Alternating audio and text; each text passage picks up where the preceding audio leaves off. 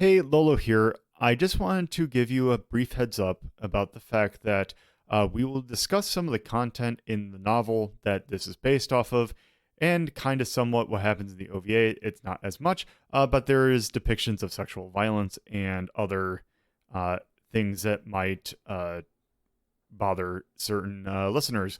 So, we kind of discuss it throughout the episode, not in super graphic detail, but we do mention it. So if that is something that bothers you, you might want to skip this episode.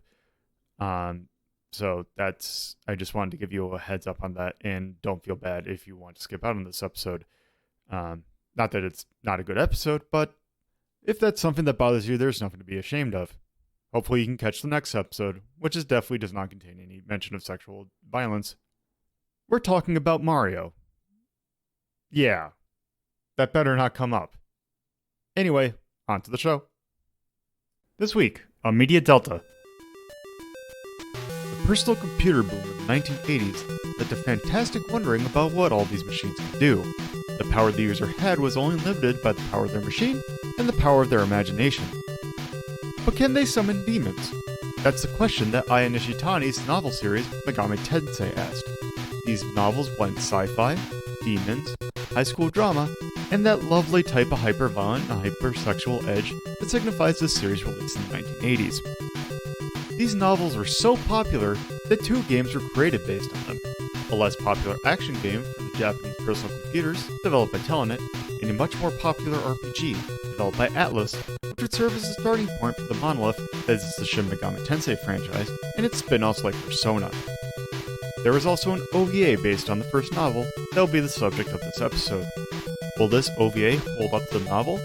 Is that really that high of a bar? Let's find out as we discuss Digital Devil Story Megami Tensei, the OVA. Hello, and welcome to another edition of Media Delta. Oh boy, we have a thing to talk about.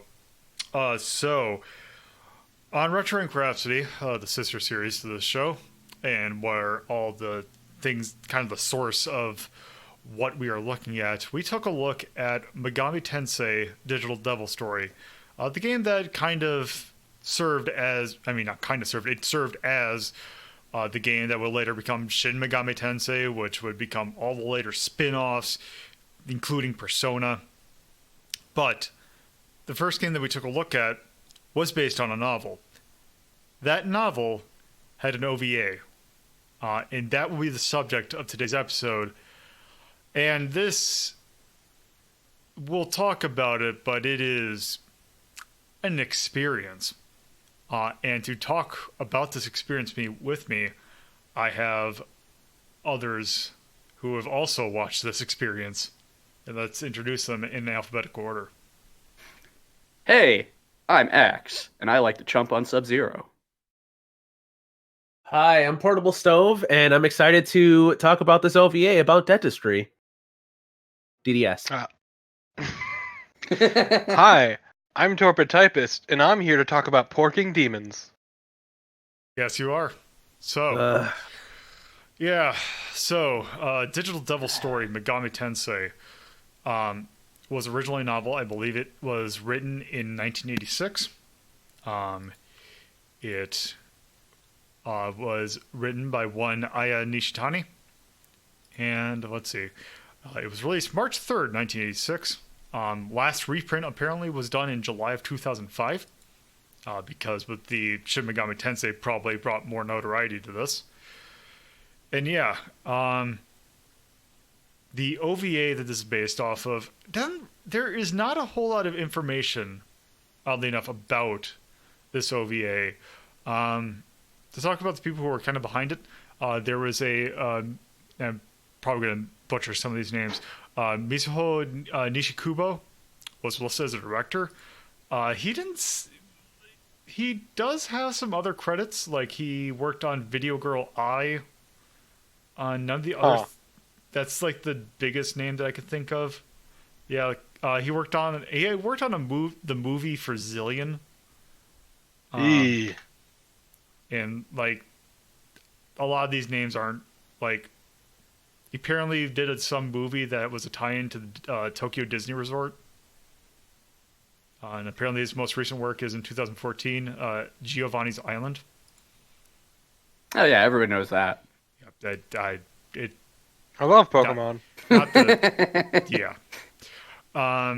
The one name that apparently was attached to this, I did looking at it, his kind of his history was kind of interesting. Is the producer that is Toshio Suzuki. This was his first thing that he produced. After that, and you'll see exactly where he went after. So, Digital Devil Story Megami Tensei was the first thing he did. The next thing he did, Pompoko, Whisper of the Heart, Oh. Princess Mononoke. He went from this Oh. to Ghibli. That's a hell of a jump. That is a huge jump. Yeah. He topped the Springfield Gorge. Yes, he did. There was also another producer that I personally think is interesting because it kind of makes sense with some of the voice actors in this. He produced this, obviously. He also produced the OVA series for the Guyver, which I also really enjoy. Oh, Also was a producer for Golf Force. I believe the first 4. Yes, he was involved with the first 4 Golf Forces, which is something we're going to have to take a look at some point. But yes, that is definitely not now. Character design by one Hiroyuki Kitazume. Let's see, character design has some Gundam. He was apparently character designer for Char's Counterattack. yeah, I can see that. Yup. Like Mobile Suit Gundam Double Z. Also, the character designer for one of my favorite names of anime, which is Bastard. Good With old 2 Bastard. exclamation points. Wait, what? Yeah, Who that's called a me? name, Yeah, but- it's a show. Yeah, it's No, just someone called me. Yeah. yeah. I never actually watched it, but it always seemed weird. But yeah, that's kind of the people It's an behind it. eye-catching name. Yeah, it's the people behind this. It wasn't like a big studio that did this. It's just this is what they had because I mean it was just an OVA that was just based off a novel, which I mean happens more often than we think about because whole light novel sensation. But yeah, it didn't seem to be a huge like thing. And the voice acting also, I did take a look at kind of some of the voice actors, but none of them seemed to be really big. You had some crossover with that Guyver OVA, which is just more of a personal thing. The one I did see that was kind of interesting, there is the character Kondo. His voice actor is the modern voice actor for Master Roshi. So that's like the only one that stands out. But just for sake of giving credit to the actual people who work on it, the main characters, Akemi Nakajima, he was voiced by Yu Mizushima. Yumiko Shirasagi was Seiko Shimazu. The demon Loki was voiced by Hocho Otsuka. Oboro Sensei was voiced by Mori. I'm sorry, the text on the site's really small. Mori Yoko. And Kondo was voiced by Masaharu Sato. Kyoko was voiced by Yuri Sugimoto, and that was the girlfriend of Kondo. And that's kind of the main characters in this thing. There's not a whole lot of characters in this OVA. In this Which is- long 44-minute film. It's Yeah. 44 minutes that feels like an eternity. Yeah. So yeah, let's just kind of go over just kind of a basic, because in case you are not familiar with this, just as I'll read off the kind of the summary off of Anime Planet, which I'm using as a source. At Jusei Academy, students are given the best education that money can buy, but there's a catch.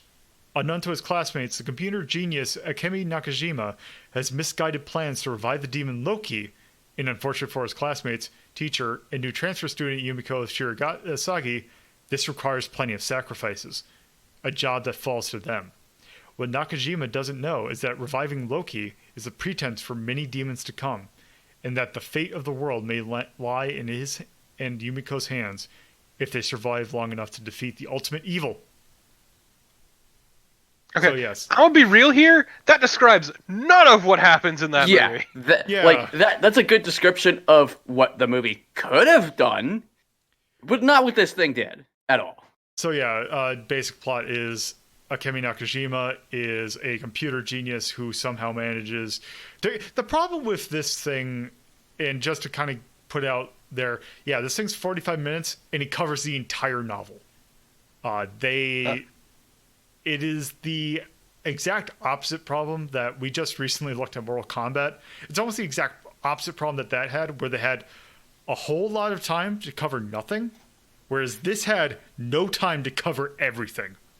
Yeah, so like I'm gonna be real, like that like I could break it down bit by bit and it would be great. But no, like the very first bit, like the teacher and the students are in trouble. It's a threat. No, actually, because by the time this thing starts, everyone in his school is possessed already. Yeah. And there's no lead into that either. They're just no, it just happens. Yeah. Because the thing is that frequently through my you can see in my notes, frequently during my watching, all I kept thinking was, what the fuck happened? Did I miss something? Did I blink for too long? Just there's stuff happens, but there's no lead in or explanation. It starts like weirdly in media res, but despite nothing happening at the start. Yeah. Well, it's great because the pacing is it's in media res at the start, and it's in media res all throughout the film. Like, stuff has happened, but you don't get to see it. You just get to see the rest of it. Because I will go ahead and say that, like, from what I briefly have read of the novel, this stuff happens in a more logical order. Like, because the thing is, you start right when Yumiko comes in, then you see the scene with Oboro in the ceremony, which then has a immediate flashback to when the bully Kondo kicks the loving shit out of Akemi.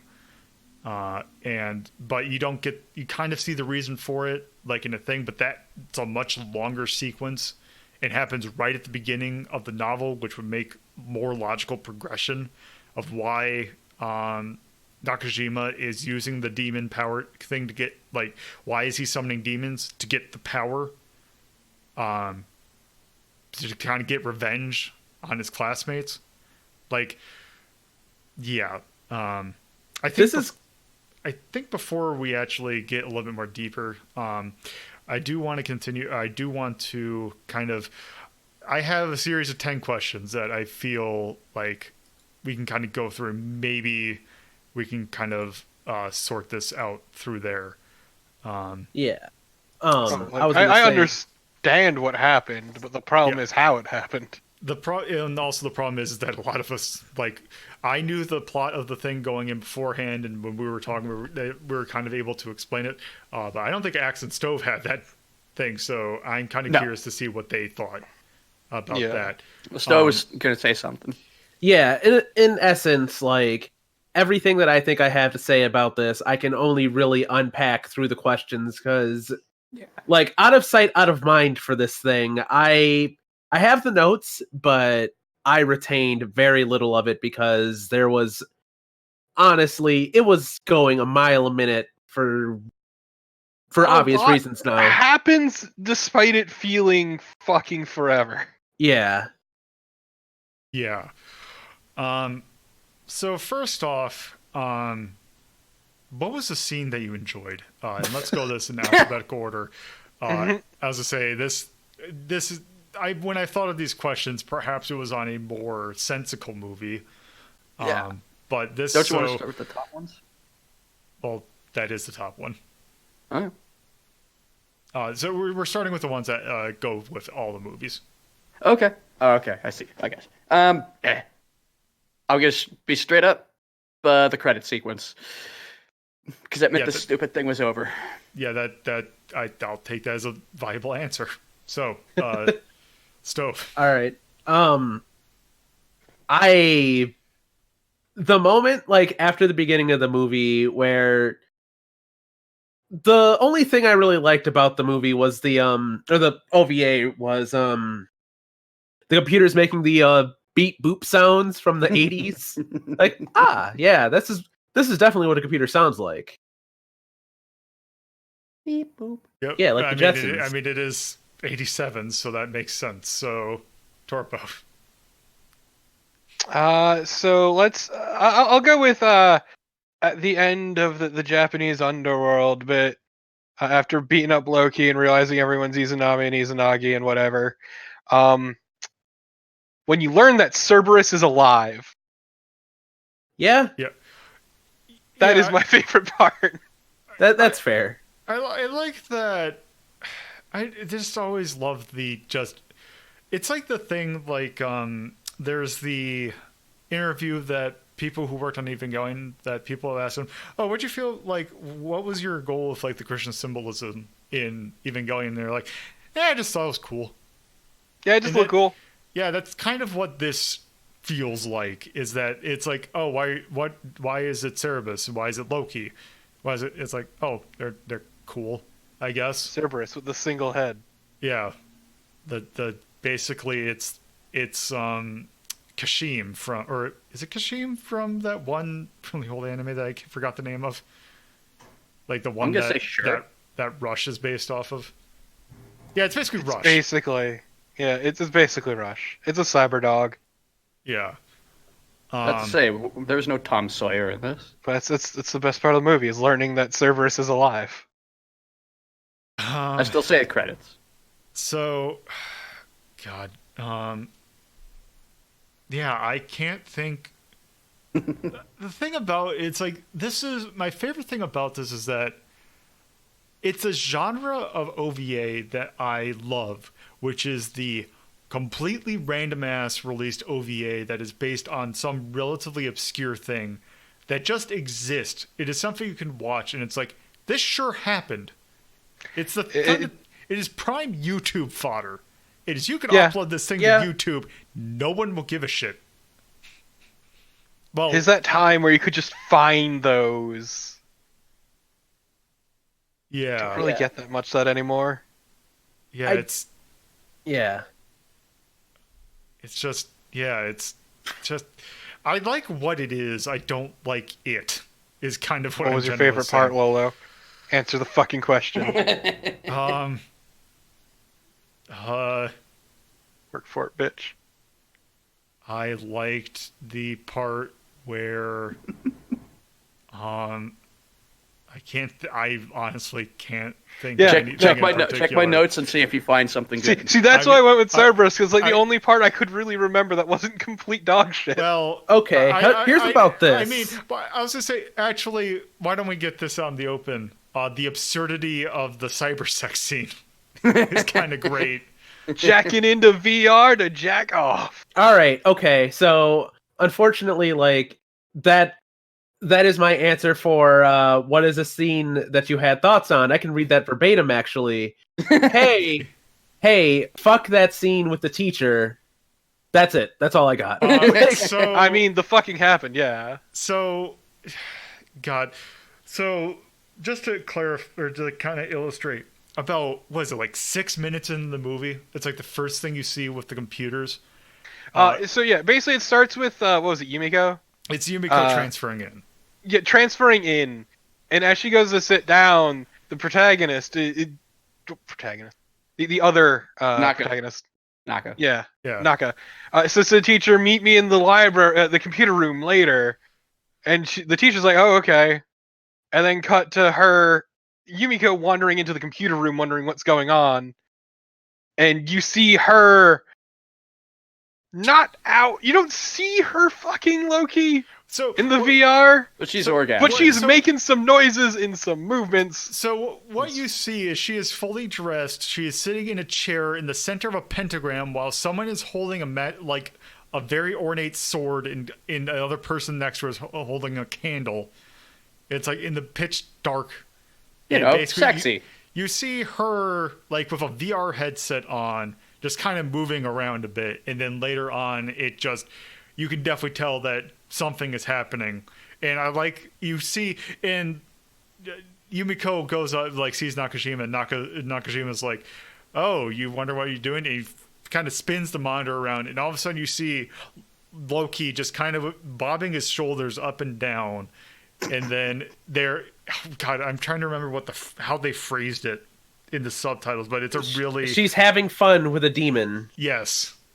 Okay, so I can point out that I know fuck all about Megami Tensei, but I do know that it gets kind of weirdly horny at times. I guess I was just naive going into this, because Nakajima says, oh, don't worry, your body will be sure to satisfy Loki. And I'm thinking, what the fuck is he talking? What? Loki, huh? And then it's exactly what I think it is.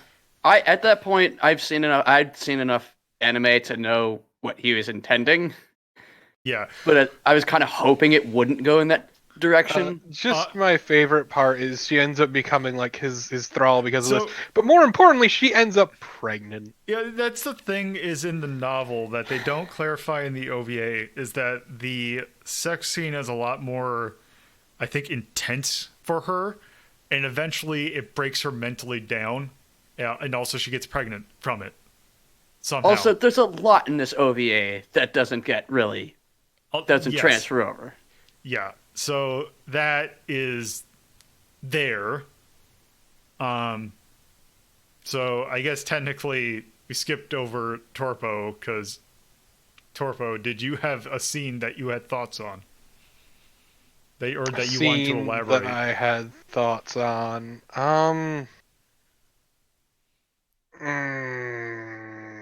Oh, I know. When they're getting back at the bully. Oh yeah. Yeah. So, because I'll clarify, because there's a specific thing that happens that really got me.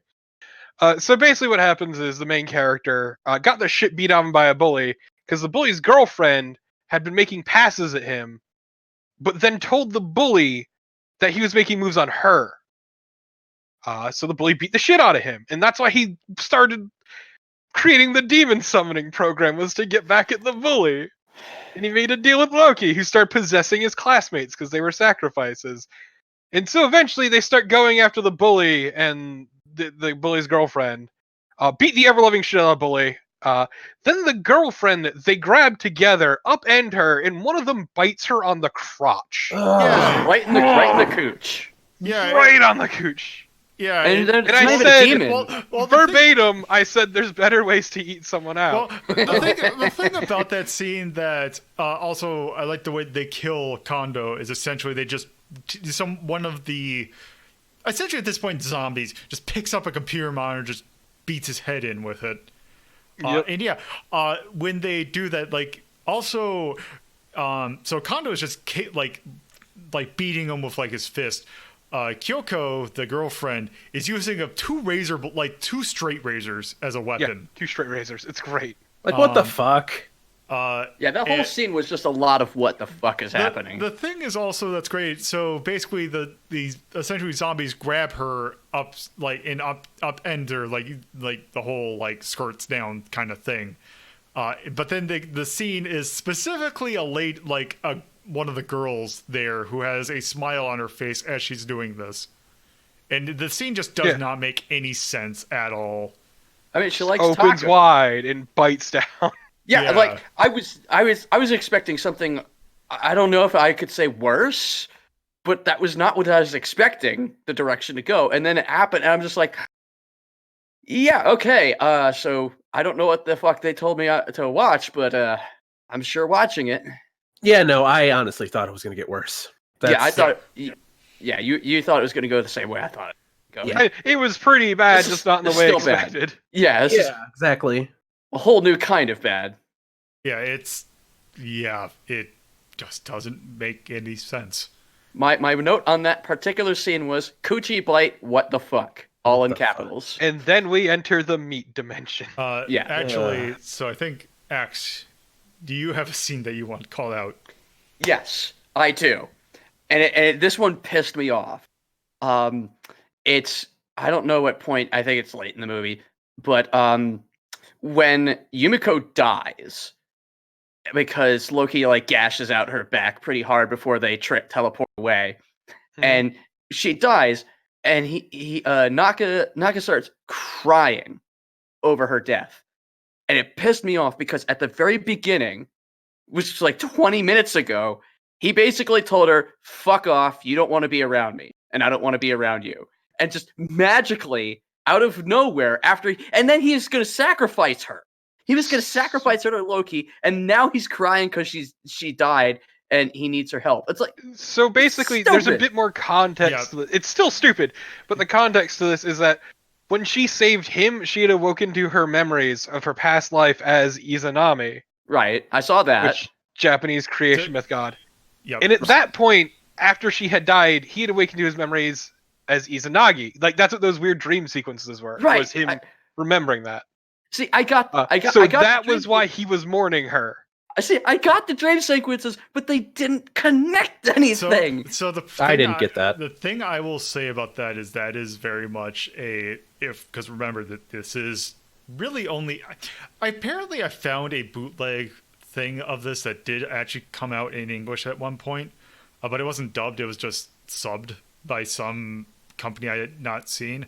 The thing with the Izanagi thing, that is probably a lot more understandable if you are actually Japanese and have been taught the original, like the creation myths, which none of us are. It's why him taking her to the underworld was such a big symbolic thing. Yeah, I understood absolutely none of that because I can understand completely.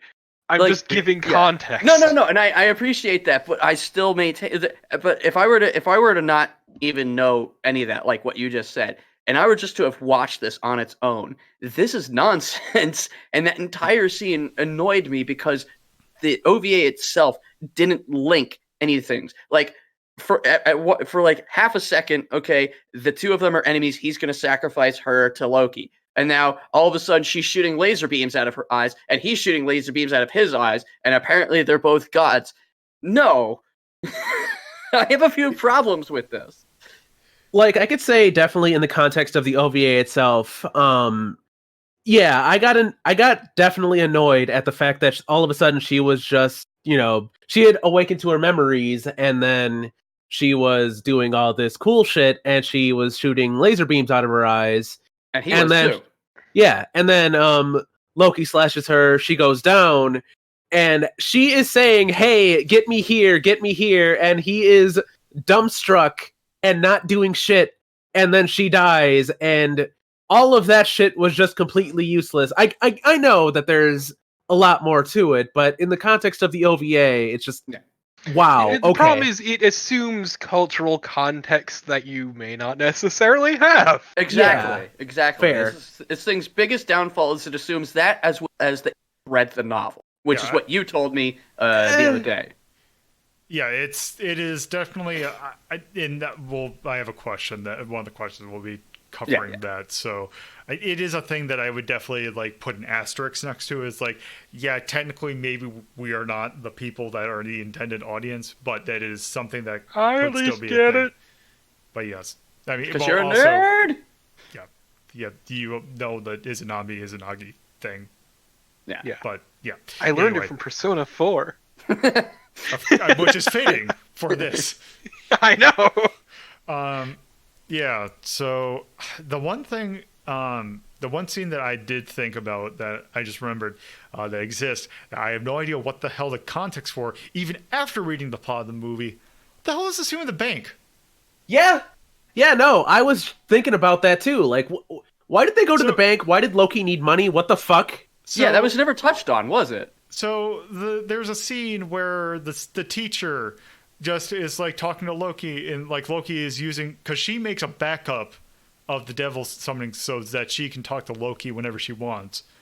And basically Loki's like, oh, we should, or no, no, it's a teacher. It's oh, I think the bank might be a good site. And then all of a sudden, so Loki kind of comes into this world, kind of if you've ever seen Akira, just a giant meat hand that comes out of the computer. So much meat. It's just a giant mass of meat.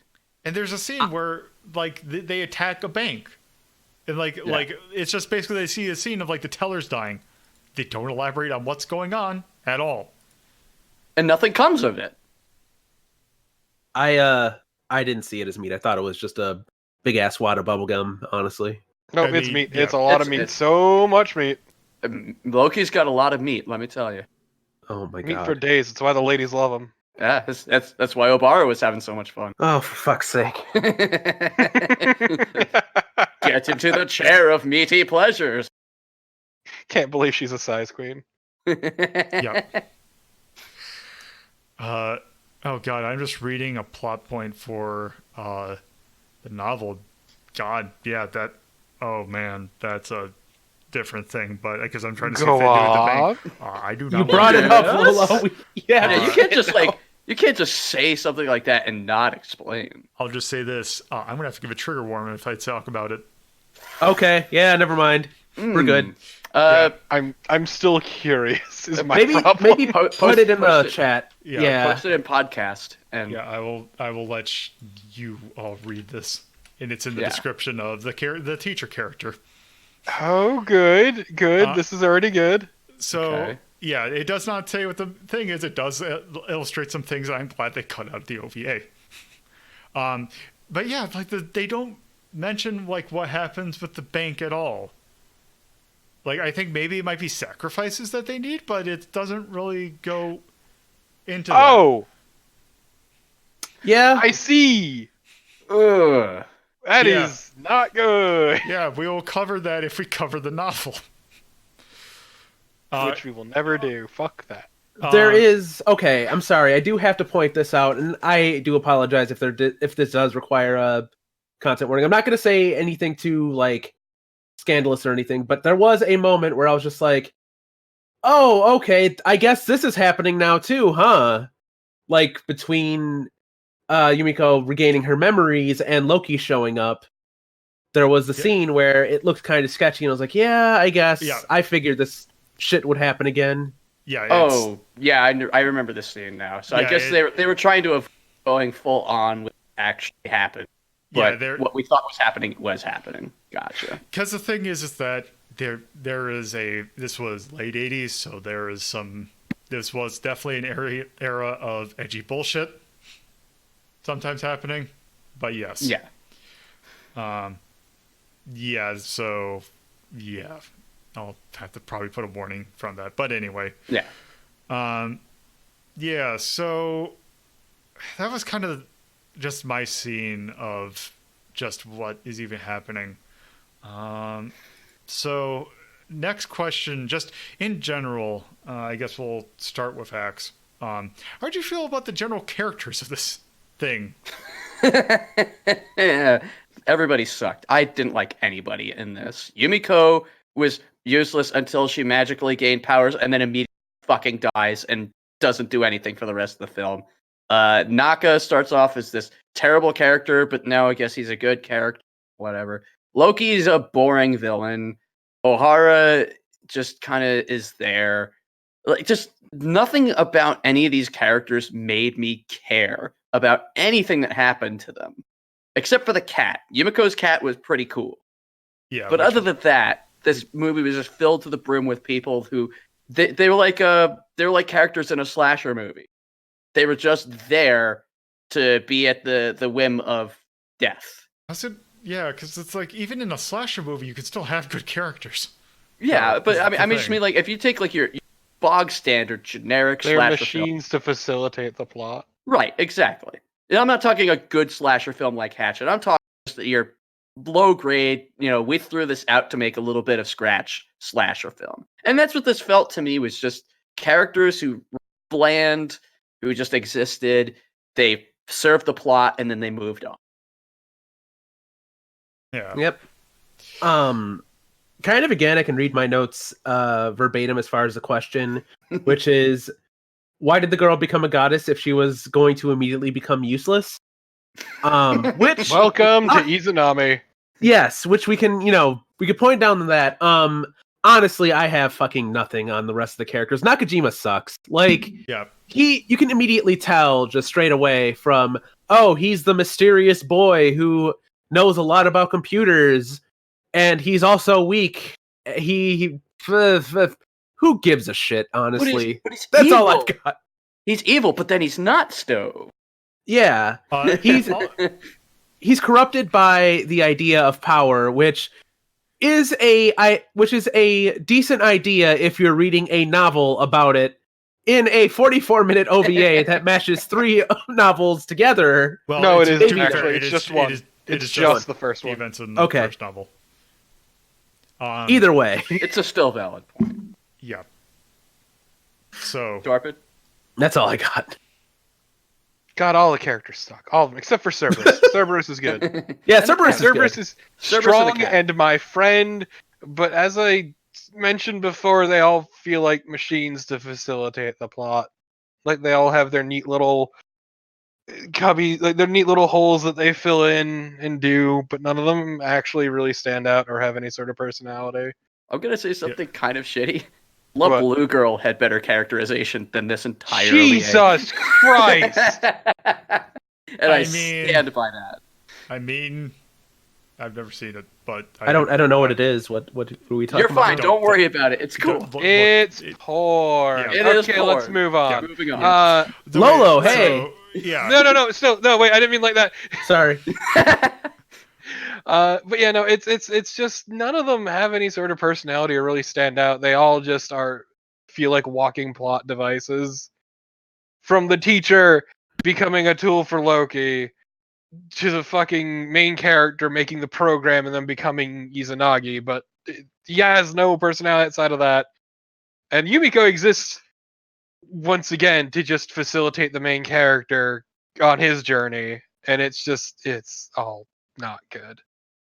And then also the implications, all the implications of sexual in it. Uh, Like Also, O'Hara becoming the slave to Loki after. Yeah. also, like, let's not forget the whole Yumiko Izanami like wraith thing down in the underworld because of the old creation myth. Yeah.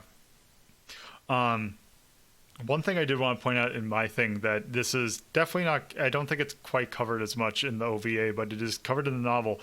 There's also a thing. There is a rift between the students of the thing because there is the quote unquote gift. Oops, sorry. There is the quote unquote gifted students and the not gifted students. So there is an element of classism in the novel as well.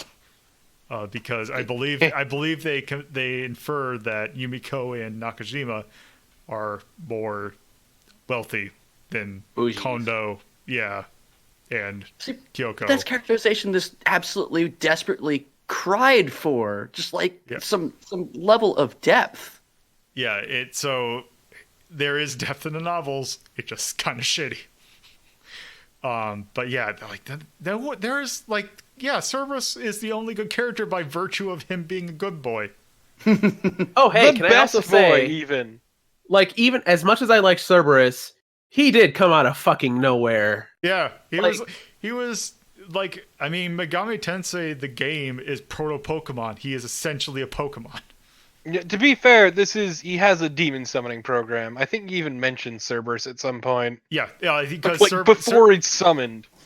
yeah. Okay, but we're forgetting about another good character, and they're only in it for like a couple seconds. But Yumiko's cat, that giant, Yeah, but goofy, Cerberus actually ridiculous cat. does something. Yeah, but a cat doesn't have to do anything. It just by mean, existing. yeah, it's What were you gonna say, Lola? I mean, yeah, like That's the Cerberus. So they do summon him in the ritual of O'Hara. Oh. Because he does show up for a brief second. Because that's what Because he can't actually control Loki. Because that's what Yumiko causes her to faint. It's seeing almost as if Cerberus. they didn't want anyone to focus on anything else in that scene. Yeah. So yeah, that's the characters. I mean, we can answer this one really quickly. How'd you feel about the flow? Sucked. Fucking Awful. garbage. There was flow. Yeah. So the worst part is, it went like 1,000,000 miles an hour. Shit was happening nonstop, but it still felt like it took forever. And it felt like nothing actually happened in any of the time. Sucked. This is garbage. Yeah. Yeah. I don't really. It's it was really bad flow, which speaking of the flow and just the fact that they had to shrink this, I'm going to combine these two questions. The two questions of, did watching this OVA make you want to read the original novel? And since this was a 45-minute OVA based on an entire novel, did this leave you with any questions? So, so I think actually Torpo, I think you'd start with this No one. and yes. It's really all there is to it. Also, I feel like we should mention the sequel hook, where right. Ohara activates the computer and is like, "Where's Loki?" Because Loki's now dead and trapped in the underworld, the Japanese underworld specifically.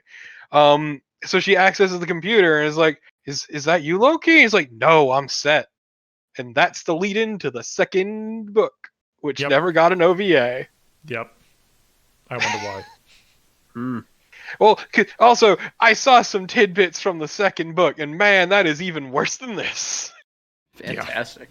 Yeah. How do you feel about brain parasites? Yes. I'm on the internet. But yeah, so my point is,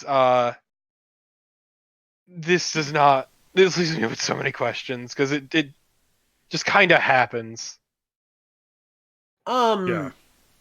Honestly, like, it doesn't really make me want to read the original novel. If anything, it just makes me feel like I really should have already read the novel before I watched the OVA, which I guess is probably the way that it was intended. I don't know if it was actually just like an advertisement for it as much as it is, hey, here's this thing you like. It's animated now. Congratulations. It's definitely got that preaching to the converted vibe. Yeah. And in terms of, does it leave me with any questions? It does not leave me with any questions I want answered. I guess if there is one question, though, and I think this is probably, I guess it has been answered during the course of the podcast, is why the fuck can demons be summoned through the power of the internet? What the fuck is that? But I guess it's that's just because it was the 80s and the internet was new and novel. For fuck's sake. Actually, there is an answer to that. There is a scene. I'm trying to remember exactly where. This is I think before. Yeah, this is before Loki tells him to kill the bully. Naka goes home, and I took a quick look, and one of the books that he throws on his desk is called "Computer and Magical Theory." So there's your answer. Fucking God. Yeah. I made a point to note that because I wondered if it basically it half-assedly explains everything that's going. Yeah. So yeah, it's like it's like I want to quote unquote read the book just because I am morbidly curious. This does not actually give me any unironic sense of wanting to read the thing. It gives me a sense of like, what the hell is this? And to be honest, if this was named anything else, if it was any other medium, if it was just a random ass OVA I saw, I absolutely would not be interested. But the fact that, and to tie this into the next question, how do you feel about this being eventually what led to Persona / Jack Brothers in the Shin Megami Tensei franchise at large? If it didn't have that, I would not give a slightest shit about this. But yeah, how do you feel about the fact that this is what led to Shin Megami Tensei, which led to games like Jack Brothers in the Persona series? And I think Axe. Well, I'll start by answering the other two questions since I didn't answer them yet. Oh, wait, I thought you did. No. No, I have no interest in reading the novel after watching this, specifically because any media that tries to force me to do something else to understand it better, and this like something like Destiny, where in order to understand the story of Destiny, you had to have a mobile app to read information off of stuff you found in the game. I don't like it. Because I expect you to put the information there for me to piece it all together in that one thing. And if you have supplementary stuff that helps you understand it a little more, cool. But this is expecting you to have read the book and to understand all these other things, and that's just not. I don't like that. And it left me with a lot of questions. But like Stowe said, I don't want any of them answered. it's just it was a mess, and I don't think even if I understood what was happening, even if I got those questions answered, I don't think I'd be satisfied. I think I just hated. Because usually stuff like this gets explained pretty badly. As far as the next question, how do I feel about Persona and Jack Brothers? Good, because Persona, at least from what I played of 3, it's an interesting series. I played 1, 2, and 3, but I didn't beat any of them. But they're unique games, and having something this bad lead to something that's actually unique and good, and also as cute as Jack is, I think is a good thing. I still hate this very much, and I will never watch it again, and I'm going to erase it from my memory. But I think it's good that we ended up with an interesting franchise and some interesting characters. Yeah. On my end, like, somehow it makes sense that this is eventually what led to the Shin Megami Tensei series, which, that's an obvious statement, but like in terms of Persona, like, keep in mind Persona 1 and Persona 2 were a lot more like the other Shin Megami Tensei games. And then of course it became, what it is now with Persona 3 on. But like, just kind of the subject matter, having its claws deep in mythology, sometimes to a fault. Definitely, I guess I could see this is a good foundation for it, but man, the OVA just does not help matters. Like, if I were to see this and go, okay, well, I guess this is just Megami Tensei, I would just not be interested in continuing on with the series. But as it stands, I first heard about it with Persona, so there you go. I don't know if that answered the question or not, but I mean, good enough. yeah. Torpid? Uh, He rises. I'm gonna clarify. I don't give a shit. It means nothing to me.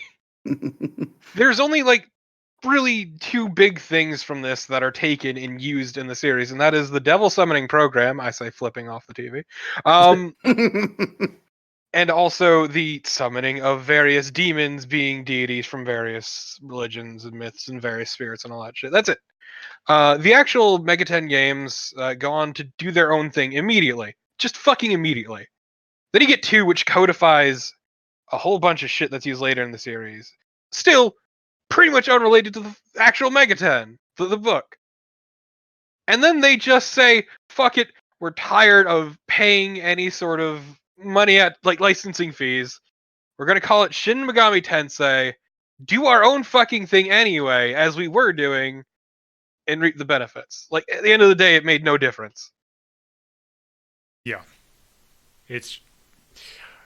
Like, I can see taking like the core of what the story of of Megami Tensei, just taking the core and making something else out of it was probably the best idea for it, because there is a lot of baggage with this story, and just to cut around the edges, because the characterization's not great, so you can just cut that straight out and just give the core idea. I felt that is a good thing for this. It's Pokemon with demons. Yeah, I mean, although this predates Pokemon, but yes, it is essentially Pokemon with demons. No one even asks Nakajima to crush a rock with his bare hands. Yeah. So, going back to the game, do you feel that the game by Atlus specifically was the kind of game that this thing should have had? Like, should it have been an RPG like that? Do you feel like that was probably the best it got? Do you think... Actually, how about I phrase it like this? And it's going to be a different answer than what I expected this question to be. Do you think this thing got the game it deserved? No. It got better, honestly.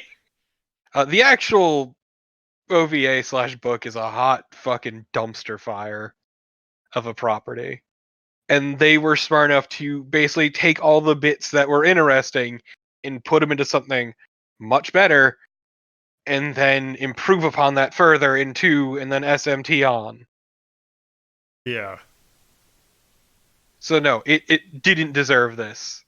This is better than what it would have deserved. So when we took a look at Megami Tensei, there was also an action game for the MSX that was developed by Telnet. You're thinking like it was not great. Do you think that's probably what it more deserved? I don't know what it probably would have been better as a visual novel, honestly. Would have been like the idealized form of that because it's a fucking book. But the putting it in an RPG format actually was able to once again take the things that were interesting and expand upon that. All right. Yeah. I guess in terms of like deserve, yeah, it got more than it deserved for sure. I would say that the concept definitely does lend itself well to a dungeon crawler, maybe. In terms of exploring the school. But at the same time, I do agree that this seems like it would fit so well in the like PC 98 era of visual novels. Just that's pretty much it. That it feels like it definitely should be more of a visual novel than an RPG. Yeah. I mean, no, I 100% agree. In fact, I wasn't sure if either of you were going to answer the same way, but I that's all I was thinking as I was watching. It's like, this could probably fit in a VM, like something like Dead of the Brain style. Just some light action and then just a ton of text parsing bullshit. And I'm not super familiar with the games, but I agree that an RPG is giving this particular OVA something way better than it's even asking for. Yeah, no, I could absolutely see this working as a visual, but apparently the RPG style worked out just fine. So, yeah, because I think that it's like it. It's kind of why I'm kind of glad I watched this, because it was like, it's fascinating to see that this is the thing that got one of the most popular franchises in Japan, like, its start. Because one of the last question that I had, is I'm trying to think of a different way to phrase it.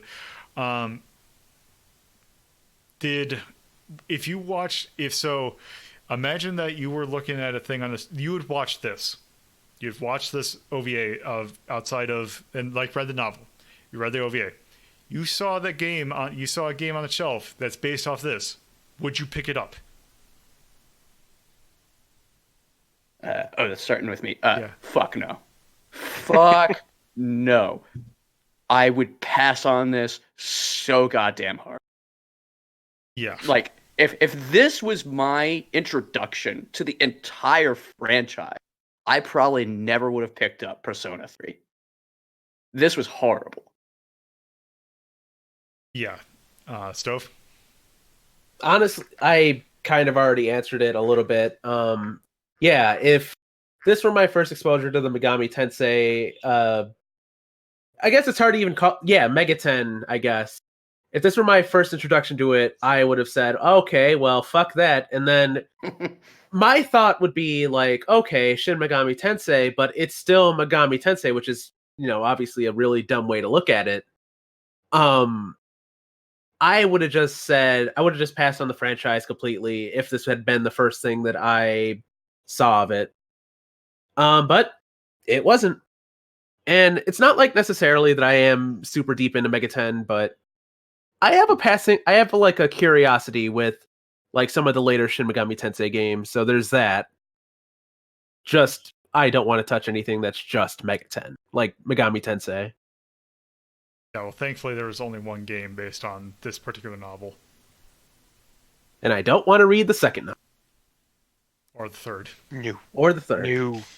Guess what? It gets both crazier and worse. guess what I'm bringing y'all for MagFest? You don't have it. Luckily, I'm not going. I mean, you can just find it online.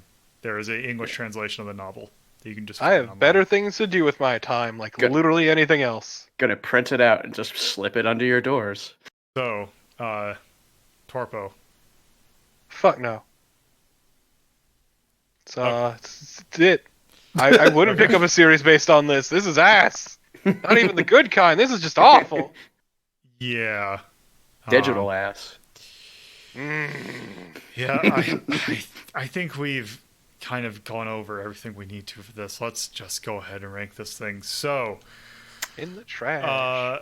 we have a 1 to 21 scale where 1 is an absolute masterpiece, 21 being absolute trash.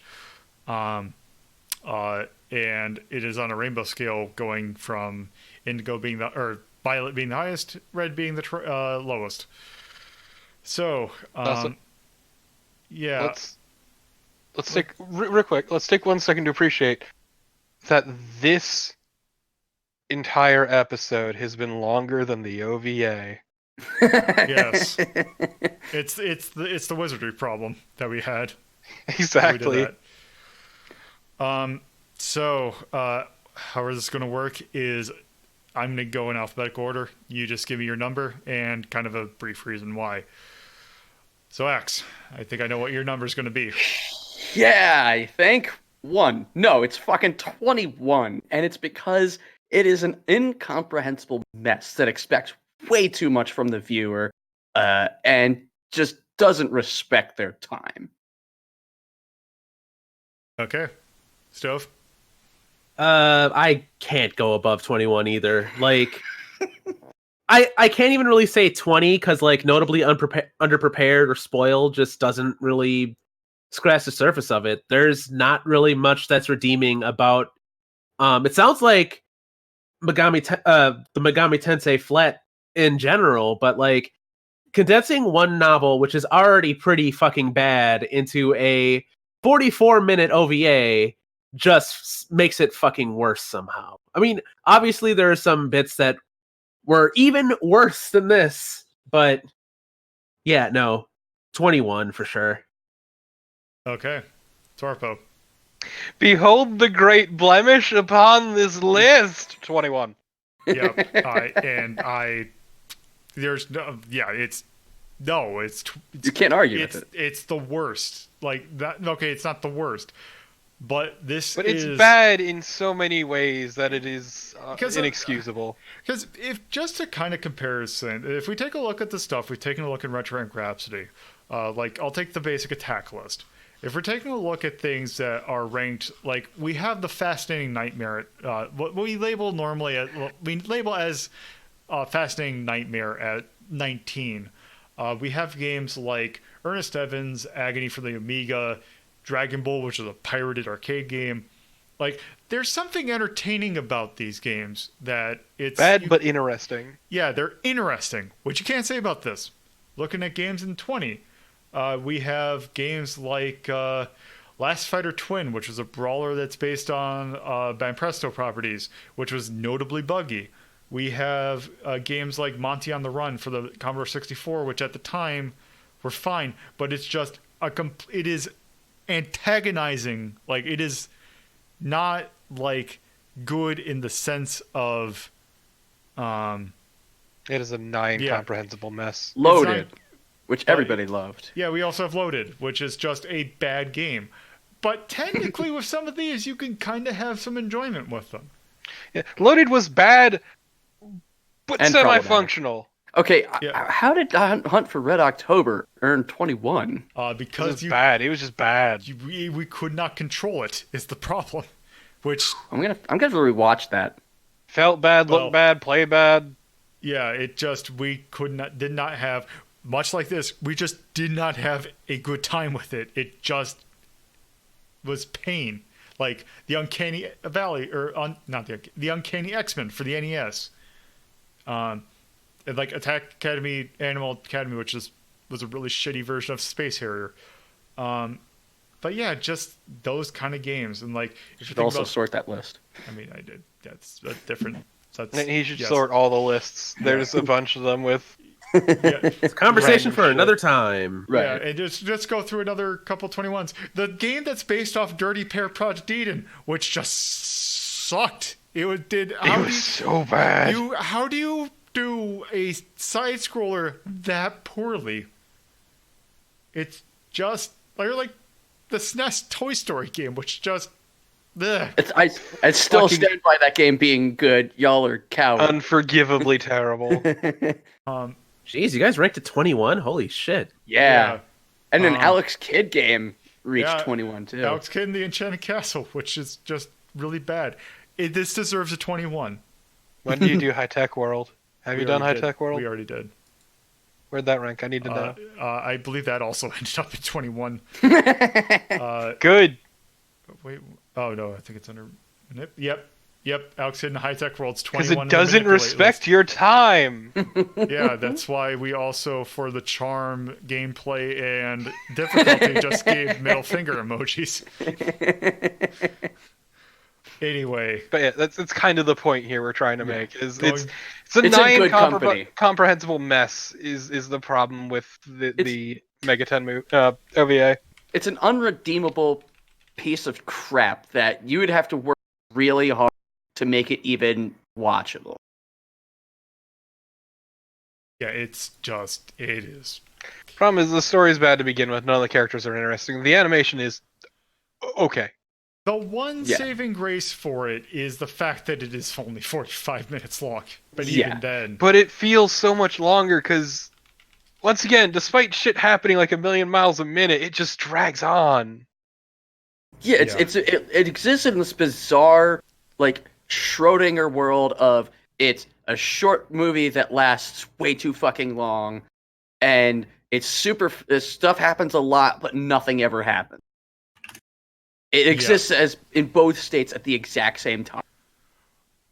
yeah. So, Gonna for need a couple of let's see things here, content. yeah. Let's do for content. Let's call slightly problematic. It is gory. Slightly as Age. being kind. Yeah. So it is.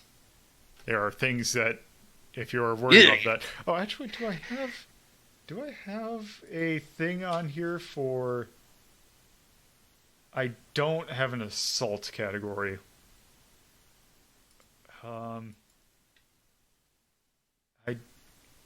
Why not?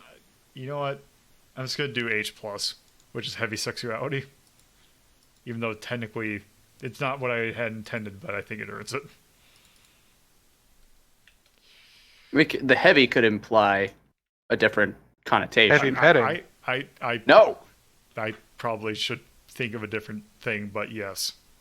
you could go with one that would be problematic sexual content. That could be. Yeah. So other than that,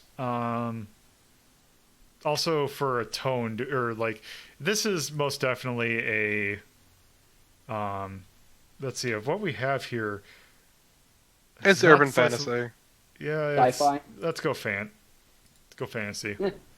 That's a real fan load. Yes. Don't and you tone, want a font? should we go spooky for this? Yeah, Or do we it's supposed to be horror-y. Yeah. Okay, so we'll go spooky. Do we want to give any shout outs to the music, charm, cinematography, theatrics, action, or the art? Thumb it all down. No, thank you. Yeah, I honestly think, because I know we had the thing where it's like, oh, just give it a thumbs down if it gets really low.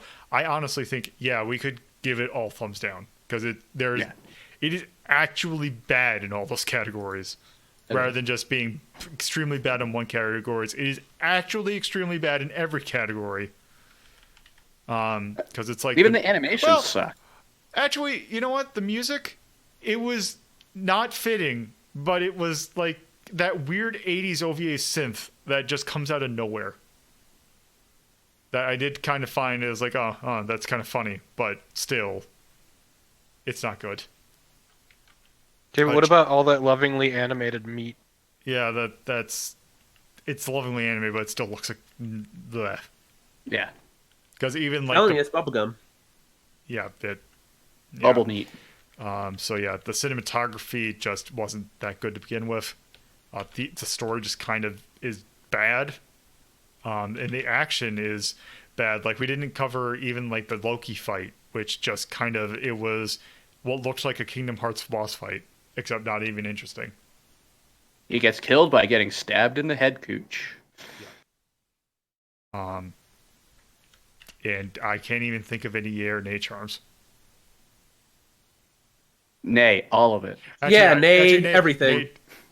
I mean, I can't. I mean, we have the globe. Yep. We do have that.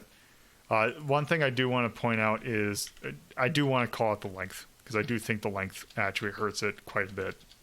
Yeah. You're trying to take an entire novel and condense it into 44 minutes. And, I mean, no. Yeah. Yeah, no, legitimately, it's too short. Yeah, it is. Yeah. Like, if it was longer, do you think it would be a better OVA? No, but it might No, actually... it would still be bad, but at least it'd be able to clarify a bit more and give a bit more context. It would take it maybe from a 21 to maybe a 20, or even maybe a little bit higher. But still, it's just not. No. Yeah. It was too fast and didn't have enough time to do anything. I don't see it being any type of length and it getting a 19, honestly. I don't think this is at all a fascinating train wreck. Yeah, I mean, that's why I said 20. It's just a train wreck. Yeah, it's thoroughly unpleasant. Yeah. So yeah, I think that's enough talking about Megami Tensei Digital Devil Saga, the OVA. Agreed. So, before you leave, X, is there anything you want to plug? Yes, I'd like to plug my Twitch stream. That's twitch.tv/Axamor. And also Torpid's keyboard, so he can't plug anything. Stove? Yes, I can be found at twitch.tv/PortableStove, where I will not be playing any of the Megami Tensei games. All one of them. Thank you very much. All right. Torpo. Twitch.tv/TorpidTypist, and what I would like to plug is all of these fucking plot holes. If only. Yes. All right. So, with that does it for Megami Tensei. Next episode, we have another OVA, but this one's a bit interesting because it is a very popular franchise that had an OVA that kind of is not more well known, even though when you hear what it is, you're surprised you probably would have heard of it. We are taking a look at Super Mario Bros. The Quest for Princess Peach, which was a Japanese OVA that came out, I believe, really close to when the original Super Mario Bros. Came out. But it is, I can already tell you, much better than this, which is not saying much. It's the lowest ass bar in the world. Yeah. Fucking weeb. So yes, that will be next episode. So, thank you all for listening. This has been another episode of Media Delta.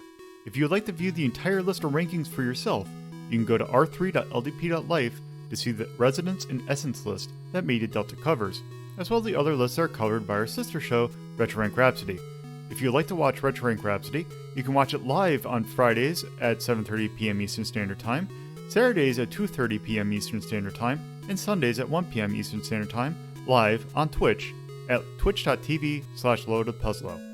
Or you can view any of the episodes anytime at youtube.ldp.life. If you would like to help with hosting costs, you can go to patreon.ldp.life and help out with a $2 or $5 pledge. If you would like to discuss this episode and any other episode of our community, you can join our Discord server at discord.ldp.life. If you want to follow the show on Twitter, you can follow it at Hazeltown Story, or you can follow me, your host, at LoloDePuzzlo. Thank you for listening, and I hope you come back for the next episode.